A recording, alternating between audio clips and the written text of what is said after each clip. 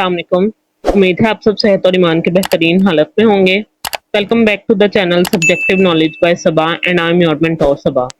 Today our lecture is mainly based on the first topic of unit number 1 basic concept from class 11th chemistry, that is atom and relative atomic mass, यानी atom और जो atom elements होते हैं उनका atomic mass, लेकिन इसमें थोड़ी सी advancement के साथ रिलेटिव एटॉमिक मास।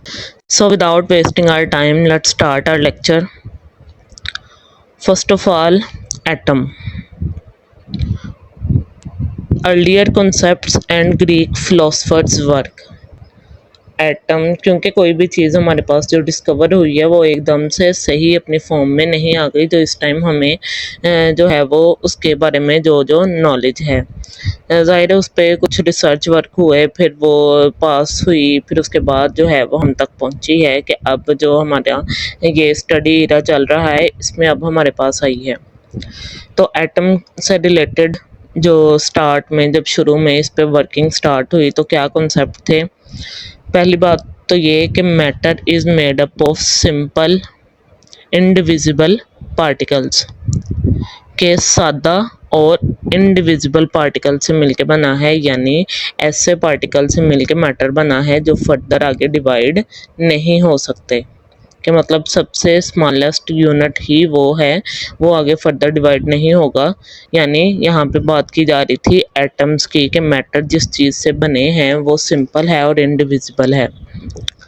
फिर आगे आ जाता था ग्रीक फिलोसफर, जो यूनान में फिलोसफर्स थे, उन्होंने इस बारे में हमारे पास क्या स्टडी की। उन्होंने ये देखा कि matter could be divided into smaller and smaller particles to reach a basic unit which could not be further subdivided. उन्होंने इस बात को एलेबोरेट करके बताया कि मैटर जो है हमारे पास वो किसी भी ऐसे सिंपलेस्ट पार्टिकल से बना है जो आगे फर्दर किसी भी अपने सब पार्टिकल्स में डिवाइड नहीं हो सकता। Democritus called these particle atomos. Democritus ने इन पार्टिकल को एटॉमस का नाम दिया, जो कि एक वर्ड एटॉमस यानी इंडिविजिबल से डिराइव हुआ था। फिर आगे आ जाता है हमारे पास डाल्टन्स वर्क। जॉन डाल्टन एक हमारे पास साइंटिस्ट थे। 1808 में इन्होंने हमारे पास जो है वो कुछ लॉज रिकॉग्नाइज करवाए थे, जो कि थे law of conservation of matter and law of definite proportion. Also developed N atomic theory. उन्होंने एक एटॉमिक थ्योरी पेश की जिसके मुताबिक क्या था, all matter is composed of atoms of different element which differ in their properties. के सारे जितने इस दुनिया में मैटर मौजूद हैं, जो भी मादा इस दुनिया में मौजूद है, चाहे वो अपने गैसियस स्टेट में है, सॉलिड में है या लिक्विड में है, तो वो सब के सब क्या हैं, डिफरेंट एलिमेंट के एटम से मिलके बनते हैं जिनकी प्रॉपर्टीज़ एक दूसरे से डिफ़र करती हैं। यहीं पे साथ हमारे पास एटम की जो है वो डेफिनेशन है कि atom is the smallest particle of an element which can take part in a chemical reaction. के किसी भी एलिमेंट का स्मॉलेस्ट पार्टिकल जो कि किसी केमिकल रिएक्शन में पार्टिसिपेट करे एटम कहलाता है। नेक्स्ट इसके बाद आ जाता है बर्जीलियस वर्क। जैकब बर्जीलियस भी एक साइंटिस्ट थे। उन्होंने इस बारे में क्या वर्किंग की, जैकब बर्जीलियस ने एलिमेंट्स को एटॉमिक मास दिए। जो एलिमेंट उस टाइम पे डिस्कवर हुए थे उन सब के एटॉमिक मास उन्होंने जो है वो असाइन किए, और मेन बात ये कि वही एलिमेंट्स जो आज हमारे पास अपने एटॉमिक मास के साथ पीरियोडिक टेबल में मौजूद हैं, वो उनकी वैल्यूज़ बर्जीलियस के एटॉमिक मासेस की वैल्यूज़ से बहुत ज़्यादा रिलेट करती हैं।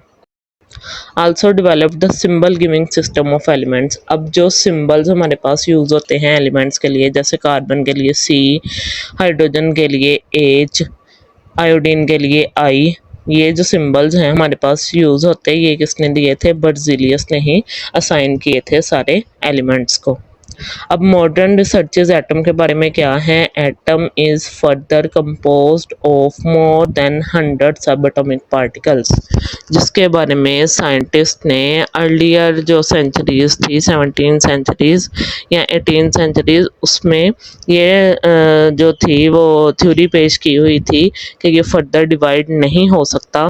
अब मॉडर्न रिसर्चेस के बाद ये बात सामने आई है कि वही जो डिवाइड ना होने वाला एक एटम था 100 से ज़ायद सब एटॉमिक पार्टिकल से मिलके बना है, और इसके फंडामेंटल पार्टिकल्स जो कि इलेक्ट्रॉन, प्रोटॉन, न्यूट्रॉन, जो हम कॉमनली किसी भी अपने केमिकल रिएक्शन में या किसी भी प्रोसेस में इनके नाम को लेते हैं और इनकी वर्किंग को जो आगे देखते हैं, इनके साथ साथ हमारे पास कुछ जो स्पेसिफिक हैं जो काफ़ी ज़्यादा नॉन है, वो हैं हिप्रोन, न्यूट्रिनो, एंटी न्यूट्रिनो। इसी तरह के 100 से ज़ायद सब एटॉमिक पार्टिकल्स एक एटम के अंदर मौजूद होते हैं।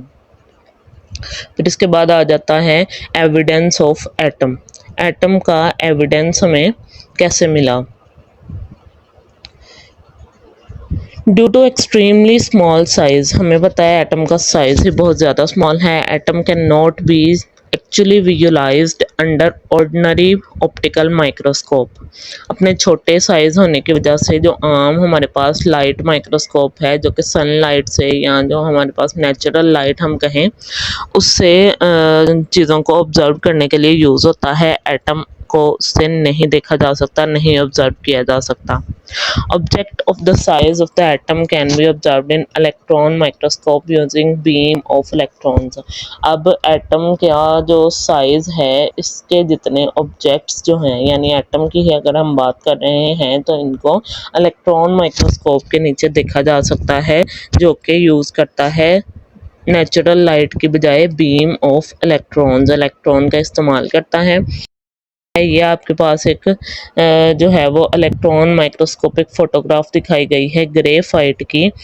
अब इसमें ये जो ब्राइट लाइंस हैं ये हमारे पास हैं कार्बन एटम की लेयर्स, कि यहाँ लेयर्स हैं। हमें पता है ना ग्रेफाइट कार्बन की लेयरिंग से बना होता है जिसमें इलेक्ट्रॉन इजीली मूव कर सकते हैं।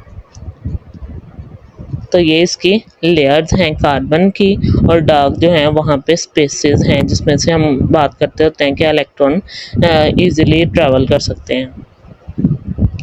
और ये आप देखें कि ये फोटोग्राफ जो है वो मैग्नीफाई की गई है 15 मिलियन टाइम्स, 15 मिलियन टाइम, यानी 150 लाख दफ़ा। तो सोचें वो कितना छोटा होगा जिसको थोड़ा बड़े साइज में करके दिखाया गया है, जिससे हमें बैंड में इतना डिफरेंस पता चल रहा है। तो ये उसके साइज, एटम का साइज, इससे जो है वो अंदाज़ा लगाया जा सकता है कि वो किस हद तक छोटा है। फिर इसके बाद आ जाती है बात के एक्सरे स्टडीज़ के बाद एटम का एविडेंस हमें क्या मिला। According to X-ray studies, diameter atom का are the order of 2 × 10⁻⁻10 metre, यानी 0.2 नैनोमीटर। इतना डायामीटर है, यानी एक एटम जिसका डॉट है तो इसका डायामीटर हमारे पास इस कदर छोटा है कि ये 0.2 नैनोमीटर यानी माइनस की वैल्यूज़ में जा रहा है। फिर आ जाता है जी masses of atom range from 10⁻⁻27 kg to 10⁻⁻25 kg।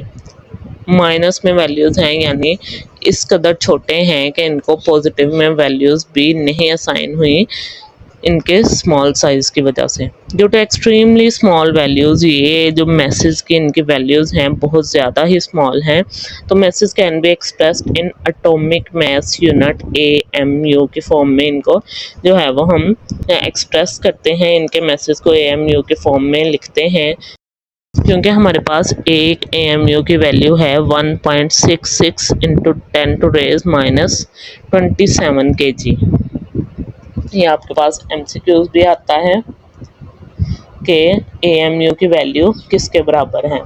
तो कभी कभार पॉइंट की वैल्यू तो कभी कभार ये जो है पॉइंट की पोजीशन वो चेंज कर दी जाती है। यहाँ हमारे पास जो है ये 27 जो है माइनस 27 है, इसको किसी और वैल्यू के साथ बदल दिया जाता है या फिर ग्राम्स और किलोग्राम्स के डिफरेंट के साथ जो है वो ऑप्शंस दे दिए जाते हैं। तो इसकी वैल्यू को एग्जैक्ट एज इट इज़ याद रखना आपके लिए बहुत ज़्यादा ज़रूरी है, क्योंकि वैल्यूज़ अक्सर सेम होने के बाद भी जब यूनिट में डिफरेंस आ जाता है तो स्टूडेंट हमारे पास कंफ्यूज हो जाते हैं कि वैल्यू तो स्टार्ट वाली यही थी, अब यूनिट का क्या होगा। तो इसके लिए आपको इनकी वैल्यूज़ जो हैं वो अच्छे से मेमोराइज करनी है। तो 1 AMU equal to 1.661 into 10⁻⁻27 kg। Amazingly small size of an atom is clear from the fact that, अब इस किसी भी एटम का स्मॉल साइज इस बात से भी जो है वो अंदाज़ा लगाया जा सकता है दैट फुल स्टॉप में have 2 million atoms present in it. एक फुल स्टॉप के अंदर हमारे पास 2 मिलियन एटम मौजूद हैं। फिर इसके बाद आ जाता है जी मॉलिक्यूल, नेक्स्ट टर्म। क्योंकि हमने एटम देख लिया, एविडेंस ऑफ एटम देख लिया, अब हमारे पास है जी मॉलिक्यूल। मॉलिक्यूल हमारे पास होते हैं smallest particle of a pure substance which can exist independently. Molecule हमारे पास इंडिपेंडेंटली एग्जिस्ट करते हैं, जो कि किसी भी प्योर सब्सटेंस का सबसे स्मॉलेस्ट पार्टिकल कहलाते हैं। अब मॉलिक्यूल्स को हम क्लासिफाई करते हैं इनके डिफरेंट जो है वो कैटेगरीज के अकॉर्डिंग, जो कि हैं on the basis of size की बेस पे इनको करते हैं। सम टाइम हम इन्हें क्लासिफाई करते हैं नंबर ऑफ एटम्स और नेचर की बेस पे। तो पहले हम इसको देखते हैं on the basis of number of atoms, कितने एटम्स एक मॉलिक्यूल के अंदर मौजूद हैं। इस चीज़ पर डिपेंड करते हुए मॉलिक्यूल्स की हमारे पास हैं 3 टाइप्स। पहला है जी मोनोएटॉमिक, दूसरा डाइएटॉमिक, तीसरा ट्राइएटॉमिक। मोनो के नाम से पता चल रहा है इसमें कितने एटम्स मौजूद होंगे 1, डाइएटॉमिक में 2 और ट्राइएटॉमिक में 3। इसमें हमारे पास ट्राइएटॉमिक या पॉलीएटॉमिक भी हम इसे नाम दे सकते हैं। तो जो मोनोएटॉमिक हैं, यानी नाम से उनके पता चल रहा है उनमें सिर्फ एक एटम मौजूद होगा, तो ऐसे मॉलिक्यूल जो हैं हमारे पास मोस्टली होते हैं जो कि नोबल गैसेस के हों, क्योंकि उन्हें अपने एग्जिस्टेंस के लिए किसी और एलिमेंट के साथ कम्बिनेशन की ज़रूरत नहीं होती। उनका ऑक्टेट कंप्लीट होता है, आउटर मोस्ट शेल उनका इलेक्ट्रॉन से फिल होता है, तो वो इंडिपेंडेंटली एग्जिस्ट करते हैं। तो हीलियम, नियॉन, आर्गन और क्रिप्टॉन जैसे नोबल गैसेस की एग्जांपल हमारे पास मोनोएटॉमिक मॉलिक्यूल में ली जा सकती है। सेकेंड है जी हमारे पास डाइएटॉमिक। डाइएटॉमिक में हमारे पास नाम से ही है शो हो रहा कि नंबर ऑफ एटम्स इसमें कितने होंगे 2। तो वो अब सेम भी हो सकते हैं, डिफरेंट भी हो सकते हैं, जैसे hydrogen H2, chlorine gas Cl2, KBr potassium bromide. फिर आगे आ जाता है हमारे पास ट्राइएटॉमिक। ट्राइएटॉमिक मॉलिक्यूल में हमारे पास 3 एटम्स होंगे, जैसे हमारे पास इसकी एग्जांपल में आ जाता है water H2O, carbon dioxide CO2 and ozone O3। यानी अगर देखें तो इनमें नंबर ऑफ एटम्स जो हैं वो सब में 3 हैं। फिर अगली कैटेगरी हमारे पास आ जाती है जी नेचर ऑफ एटम्स। एटम की नेचर पर डिपेंड करते हुए हमारे पास मॉलिक्यूल किस तरह जो है वो क्लासिफाई होता है। अब नेचर है कि वो सेम होंगे या डिफरेंट होंगे, तो उसमें आ जाता है होमो और हेट्रो। होमोएटॉमिक मॉलिक्यूल यानी सेम, जिसमें एटम्स होंगे, एटम्स की नेचर सेम होगी। जैसे हमारे पास है जी chlorine Cl2, ozone O3, phosphorus P4 and sulphur S8। तो ये सब हमारे पास मॉलिक्यूल्स ऐसे हैं जो कि सेम एटम्स इनमें मौजूद हैं, तो इनको हम नाम देते हैं होमोएटॉमिक मॉलिक्यूल का। फिर आगे आ जाता है जी हमारे पास हेट्रोएटॉमिक मॉलिक्यूल्स। हेट्रो यानी डिफरेंट, इनमें एटम्स जो हैं वो डिफरेंट होंगे। तो HCl, NH3, C6H12O6 जो कि ग्लूकोज है, इन सब में एटम्स जो हैं वो एक दूसरे से डिफर कर रहे हैं, लेकिन हैं एक ही मॉलिक्यूल के अंदर। तो हम इस ऐसे मॉलिक्यूल्स को नाम देंगे हेटेरोएटॉमिक मॉलिक्यूल्स। फिर लास्ट कैटेगरी हमारे पास आ जाती है जिसमें हम मॉलिक्यूल्स को डिवाइड करते हैं, या हम कहें कि हम इन्हें क्लासिफाई करते हैं on the basis of their size. Size की बेसिस पे कि मॉलिक्यूल साइज़ में बड़ा है या छोटा है। तो अगर हम इसमें देखें तो ये हमारे पास है जी, size of molecule are definitely bigger than the atom depending upon the number and shape of atom present in them. जाहिर सी बात है कि मॉलिक्यूल का साइज़ उसके अंदर मौजूद एटम के साइज़ से बड़ा होगा, क्योंकि मॉलिक्यूल एक या एक से ज़्यादा एटम से मिलकर बना होता है। तो जब ज़्यादा सारे एटम कंबाइन करेंगे तो जाहिर है मॉलिक्यूल का साइज़ बड़ा हो जाएगा, और सिंगल सिंगल एटम की बात करें तो उनका साइज़ जो है वो डेफिनेटली छोटा ही होगा, और शेप भी उनकी अपने मॉलिक्यूल से डिफ़र करेगी। तो अब इस बेसिस पे कि इनका साइज़ बड़ा होगा या छोटा होगा, तो ये हमारे पास क्लासिफाई होते हैं as macro molecule and micro molecule. Macro के नाम से ही पता चल रहा है बिग, क्योंकि मैक्रो का मतलब ही है बिग या लार्ज, और माइक्रो है स्मॉल, छोटा। तो ये हमारे पास मैक्रो मॉलिक्यूल की बात करें कि ऐसे molecule that have bigger sizes या लार्ज साइज जिनका होता है, तो उसकी एग्जांपल में हमारे पास आ जाता है जो ह्यूमन बॉडी के अंदर मौजूद हीमोग्लोबिन है, जो कि ऑक्सीजन के ट्रांसफ़र के लिए जो है वो अपना रोल प्ले करती है। तो ये हमारे पास हीमोग्लोबिन मैक्रो मॉलिक्यूल की कैटेगरी में आती है। और अगर हम माइक्रो की बात करें तो जो ऐसे मॉलिक्यूल जिनका साइज स्मॉल होता है वो माइक्रो मॉलिक्यूल कहलाते हैं, जैसे oxygen, ammonia and carbon dioxide. तो इसमें देखें कि ईच हीमोग्लोबिन मॉलिक्यूल, जो हर हीमोग्लोबिन का एक एक मॉलिक्यूल है, is made up of 10,000 atoms, 10,000 atom से मिलके बना होता है। तो इसके मुकाबले में जो माइक्रो मॉलिक्यूल के हम एग्जांपल में देख रहे हैं, तो ये ऑक्सीजन में 2 एटम, अमोनिया में 4, कार्बन डाइऑक्साइड में 3 एटम। तो कहाँ 2, 3, 4 एटम्स और कहाँ 10,000 एटम, तो फ़र्क इसमें फिर आ जाएगा माइक्रो और मैक्रो का। इसी तरह अगर हम बात करें तो ये हमारे पास है जी HB यानी haemoglobin is 68,000 times heavier. Mass में ये हाइड्रोजन के मुकाबले में 68,000 टाइम्स हैवियर होती है। जितना एक हाइड्रोजन का मैस है, अगर 68,000 हाइड्रोजन एटम्स को मिलाया जाए तब हमारे पास हीमोग्लोबिन का मैस बनता है, क्योंकि इसमें मौजूद एटम्स जो हैं वो हाइड्रोजन एटम से हैवियर मौजूद हैं।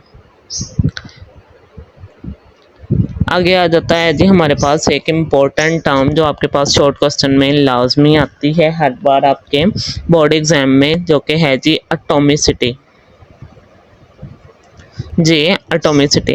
एटॉमिसिटी अब नाम से पता चल रहा है कि एटम्स से रिलेटेड ही है कुछ टर्म। तो ये हमारे पास है जी number of atoms present in a molecule is called atomicity. एक मॉलिक्यूल के अंदर जितने एटम्स मौजूद होंगे, नंबर ऑफ एटम्स अब हमारे पास उस मॉलिक्यूल के अंदर कहलाएंगे उसकी एटॉमिसिटी। एटॉमिसिटी ऑफ H2SO4 यानी सल्फ्यूरिक एसिड की हम बात करें तो 2 इसमें हाइड्रोजन, 1 सल्फर, 4 हमारे पास हैं जी ऑक्सीजन, 2, 1 और 4, तो ये हो गए टोटल 7। यानी अगर हम बात करें सल्फ्यूरिक एसिड की तो इसकी एटॉमिसिटी है 7। इसी तरह अगर हम ग्लूकोज की बात करें तो इसकी एटॉमिसिटी है 24 के 6 कार्बन, 12 हाइड्रोजन और 6 ही ऑक्सीजन, तो टोटल ये हो गए हमारे पास 24 हमारे पास ग्लूकोज की एटॉमिसिटी। आगे आ जाती है हमारे पास नेक्स्ट टर्म आयन। आयन की डेफिनेशन पहले देख लेते हैं। आयन आर 2 स्पीशीज, ऐसी स्पीशीज हैं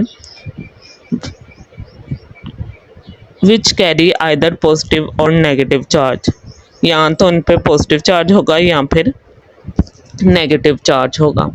अब इसी बेसिस पे आयंस आर ऑफ 2 टाइप्स, हमारे पास 2 तरह के होते हैं। एक हैं जी कैटायंस, दूसरा है एनायंस। कैटायंस की अगर बात करें तो ये हमारे पास होते हैं पॉजिटिव आयन।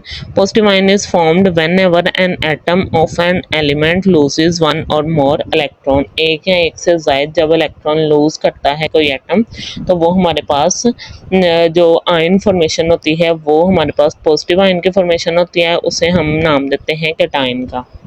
कि जब एक एटम, किसी भी एलिमेंट का एक एटम इलेक्ट्रॉन, एक या एक से ज़्यादा इलेक्ट्रॉन लूज करेगा, निकाल देगा अपने आउटर मोस्ट शेल से, तो वो पॉजिटिव आयन बन जाएगा, क्योंकि उसमें नंबर ऑफ प्रोटॉन्स जो हैं वो ज़्यादा हो जाएंगे, तो पॉजिटिव चार्ज उस पर बढ़ जाएगा। नेगेटिव के मुकाबले में न्यूट्रल की बजाय उस पर चार्ज आ जाएगा, वो चार्ज स्पीशी बन जाएगी, तो वो हमारे पास कैटायन कहलाएगा। इसी तरह अगर हम बात करें एनायन की, तो एनायन कब बनते हैं? जब एक न्यूट्रल एटम किसी एलिमेंट का पिकअप वन और मोर इलेक्ट्रॉन, वो किसी दूसरे एटम से इलेक्ट्रॉन्स जो है वो गेन कर लेगा, अपने आउटर मोस्ट शेल में ले लेगा। तो जो बैलेंस पहले था एटम के अंदर पॉजिटिव और प्रोटॉन और न्यूट्रॉन का, पॉजिटिव और नेगेटिव चार्जेस का, वो हो जाएगा डिस्टर्ब। उसमें अब नेगेटिव चार्जेस आ गए ज़्यादा। अब नेगेटिव चार्ज ज़्यादा आने की वजह से उस स्पीशी के ऊपर भी आएगा नेगेटिव चार्ज। इसको हम नेगेटिव आयन का नाम देंगे, जो कि कहलाता है एनायन। ये नीचे इसकी केमिकल इक्वेशन या केमिकल इसका जो है वो रिएक्शन बताया गया है, जो कि है जी, अगर न्यूट्रल एटम ए था, इसने इलेक्ट्रॉन लूज किया, तो इसके ऊपर चार्ज ए पॉजिटिव बन गया, जो कि ये कैटायन कहलाएगा। फिर इसी तरह हमारे पास एक न्यूट्रल एटम था बी, जिसने इलेक्ट्रॉन गेन किया, तो इसके ऊपर चार्ज नेगेटिव का आ गया। फिर आगे आ जाता है जी, formation of positive ion is an endothermic process. ये एक एंडोथर्मिक यानी हीट गेन करता है, एनर्जी अपने अंदर एब्जॉर्ब करता है, तब ये अपना इलेक्ट्रॉन जो है वो लूज करता है। यानी कि एक एटम में इसका, ये जो हमारे पास आउटर मोस्ट शेल होता है, उसमें से इलेक्ट्रॉन को निकालने के लिए यहाँ पे एनर्जी चाहिए होती है इस बॉन्ड को तोड़ने के लिए, कि वो इलेक्ट्रॉन वहाँ से अपने एटम से जो है वो अलग हो जाए। तो ये एक एंडोथर्मिक प्रोसेस है। इसी तरह अगर हम बात करें एनायन की फॉर्मेशन की, formation of uni negative ion के फर्स्ट टाइम जब इसने अपना एक इलेक्ट्रॉन जो है वो गेन करना है, किसी और एटम से अपने शेल में लेना है, तो ये एक एक्सोथर्मिक रिएक्शन है कि इसमें हीट जो है वो रिलीज होती है। एग्जाम्पल्स देख लेते हैं। एग्जाम्पल है हमारे पास sodium ion Na positive, K positive, CO2 positive, Mg2 positive, Al3 positive, Fe3 positive, SN4 positive. अच्छा, ये जो इनके ऊपर पॉजिटिव के साथ नंबर हैं, तो ये इनका ये बताया गया है कि ये कितने इलेक्ट्रॉन्स जो हैं वो लूज कर सकते हैं, यानी इनके आउटर मोस्ट शेल में कितने इलेक्ट्रॉन मौजूद हैं जो कि ये इजीली लूज कर सकते हैं। तो सोडियम के ऊपर +1, पोटेशियम के ऊपर भी +1 चार्ज है, यानी इनके आउटर मोस्ट शेल में सिर्फ एक ही इलेक्ट्रॉन मौजूद है जो कि ये लूज कर सकेंगे, जबकि आयरन, एल्यूमिनियम वगैरह में 3 हैं, और स्टेनस यानी टिन में हमारे पास 4 इलेक्ट्रॉन आउटर मोस्ट शेल में मौजूद हैं जो कि ये लूज कर सकेगा। अगर हम नेगेटिव आयन की बात करें तो ये हमारे पास है जी F negative, Br negative, Cl negative, S2 negative. ये सारे हमारे पास ऐसे एटम्स हैं जो कि एक एक इलेक्ट्रॉन गेन करेंगे और अपना आउटर मोस्ट शेल कंप्लीट कर लेंगे। इन्हें हम यूनी नेगेटिव आयन्स भी कह सकते हैं, F negative, Br negative, Cl negative को। लेकिन हमारे पास सल्फाइड जो है S2 नेगेटिव, ये 2 इलेक्ट्रॉन गेन करेगा, तो इसका आउटर मोस्ट शेल जो है वो कंप्लीशन में यहाँ जो है वो हाफ टू कंप्लीशन की तरफ जाएगा। फिर आ जाता है जी positive ion having group of atom are less common. जो positive ion in the form of groups होते हैं, यानी ग्रुप्स वाले आयन्स वो हमारे पास बहुत कम हैं।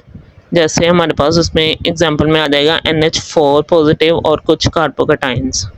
इसी तरह नेगेटिव आयन की बात करें तो ये हमारे पास ग्रुप्स में जो एटम के ग्रुप्स जिनके ऊपर नेगेटिव चार्ज होगा, तो ये हमारे पास बहुत ज़्यादा अबंडेंस में हमारे पास जो है ये पाए जाते हैं। जैसे OH negative, CO3 2 negative, SO4 2 negative, MnO4 negative 2 negative.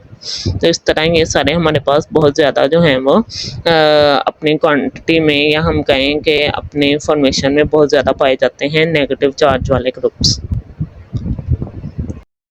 फिर आगे आ जाता है जी हमारे पास मॉलिक्यूलर आयन।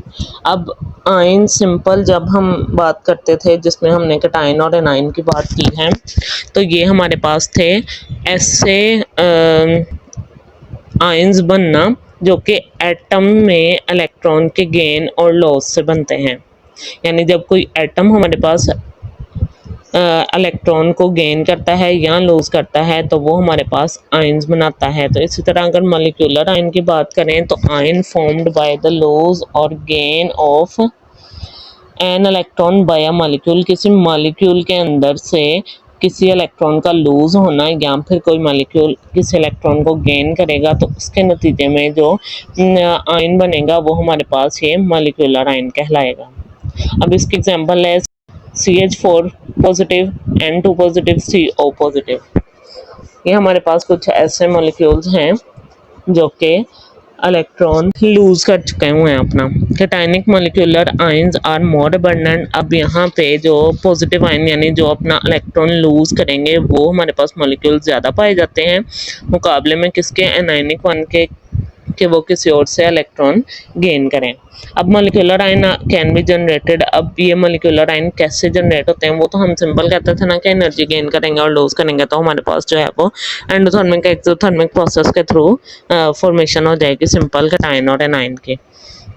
अब मॉलिक्यूलर आयन कैसे जनरेट होते हैं, इलेक्ट्रॉन बीम पास करने से, अल्फा पार्टिकल्स के बम्बार्डमेंट से, या फिर हम कहें एक्सरे जो है वो किसी गैस में से गुजारने से।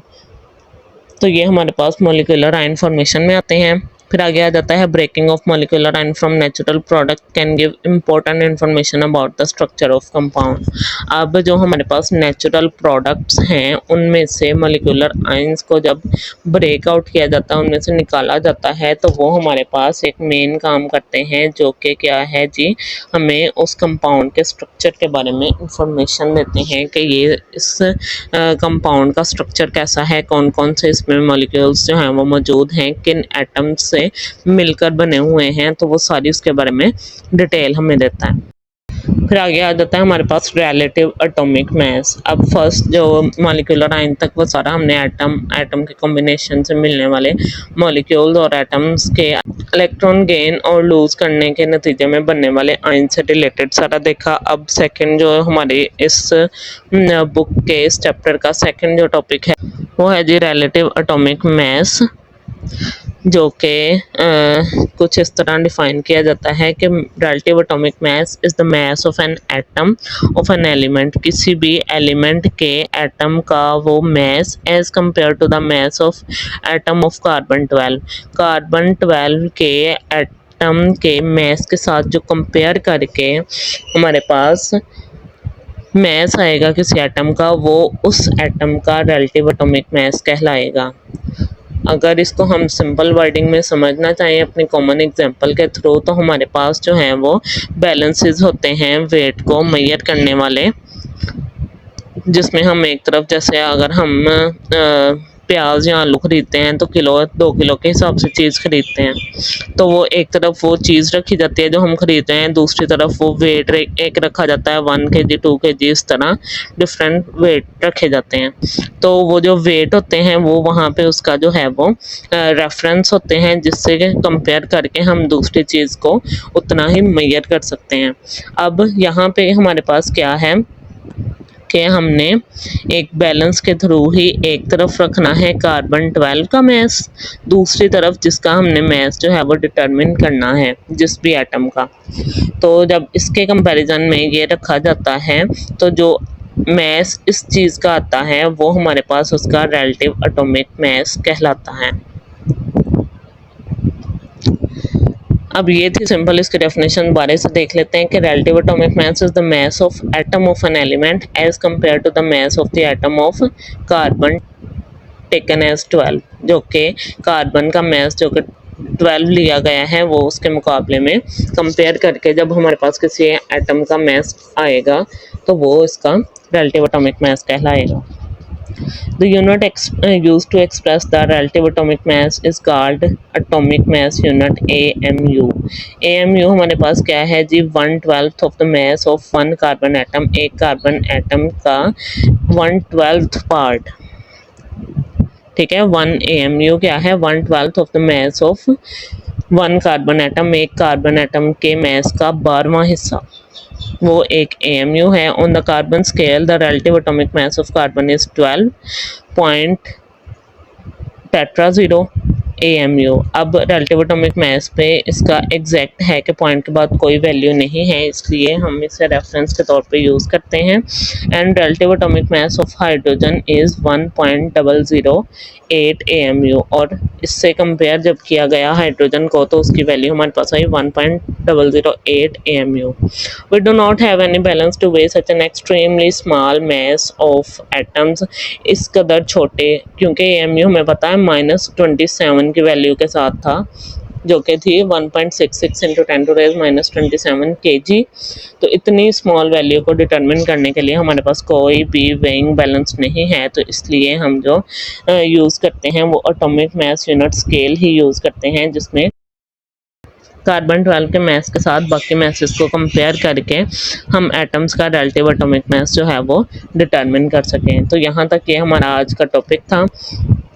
अब आपने इसे अच्छे से प्रिपेयर कर लेना है। नेक्स्ट अब इसमें हमारे पास क्या है जी, आपने जब ये अपना पूरा लेक्चर कंप्लीट कर लिया तो इसमें आपके पास एक जो कहें प्लस पॉइंट है, वो क्या है जी, सेल्फ इवैल्यूएशन का आपके पास एक चांस है कि जब आपने ये पूरा लेक्चर प्रिपेयर कर लेना है तब आपने इन क्वेश्चंस पे आना है, इन्हें रीड करना है, इनके आंसर जो हैं वो आपने करने हैं, ताकि आपको पता चले कि आपने इस लेक्चर से कितना सीखा, आप कितना प्रिपेयर हो चुके हैं। हम इंशाल्लाह अपने हर लेक्चर के साथ इस सेल्फ इवैल्यूएशन के लिए जो है वो कुछ क्वेश्चंस हर बार एंड पे रखा करेंगे, ताकि जब स्टूडेंट अपना लेक्चर प्रिपेयर कर लें तो लास्ट पे वो अपने आप को चेक कर सकें कि उन्होंने ये लेक्चर अपना किस हद तक प्रिपेयर कर लिया है। तो ये कुछ क्वेश्चंस हैं आज के टॉपिक से रिलेटेड। जब आप अपना ये टॉपिक कंप्लीट कर लेंगे तो आप इन्हें जो है वो इनसे गो थ्रू होंगे, ताकि आपको आइडिया हो जाए कि आपका लेक्चर किस हद तक प्रिपेयर हो चुका है। सो दैट्स एंड, और आज के लिए ये इतना ही। Thank you so much. दुआ में याद रखिएगा। नेक्स्ट लेक्चर तक के लिए अल्लाह हाफिज़।